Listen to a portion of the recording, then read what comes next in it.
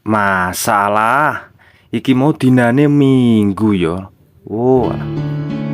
Aduh, sesuk wis Senen neh. Swayahe mbayar bang plecit.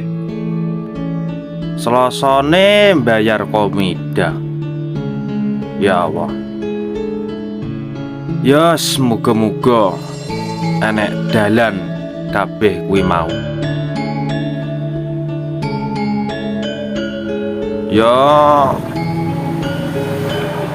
kok urip kuwi mung sak derma nglakoni. Nek gak enek sing tanggung bayar ya apa. Wis pokoke dongane sampean ya Pak ya. Dongakno anakmu lanang iki sing bagus dhewe. Diparingi rejeki kathah saking sing gawe urip. Dongakno ya Pak ya. Wis trae bejane awake dhewe. Bejane awake dhewe. Sopo sing gelem kaya awake dhewe ngene iki. Kanggo mae Al-Fatihah yo mak yo sing tenang ning kono. Kanggo dulurku sing adoh karo sing ning cedhak. Elengo sampeyan neng kene isih gadah bapak yo gadah adik. Nggih menika jabang bayine bapak panjenengan nggih Bapak Sumarno lan jabang bayine adik jenengan nggih jabang bayine kula jabang bayine Imam.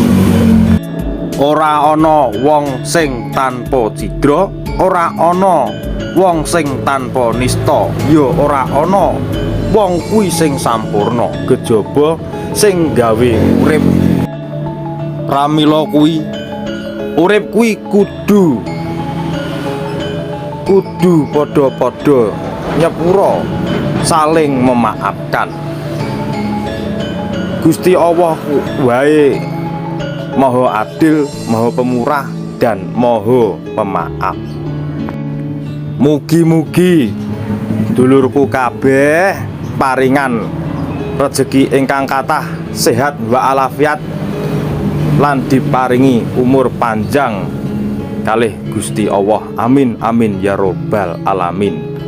Mugi rahayu sedanten sanak kadang kula lan rencang-rencang kula sedaya kemawon. Wis ngono ae, wetengku ngele. Aku tak mangan. Tapi urung adang. Beh nyadang sik tumbah jangan lagi madang. Ya beyo gas entek pisan. Aku mau kok yo lali urung tuku gas pisan. Beh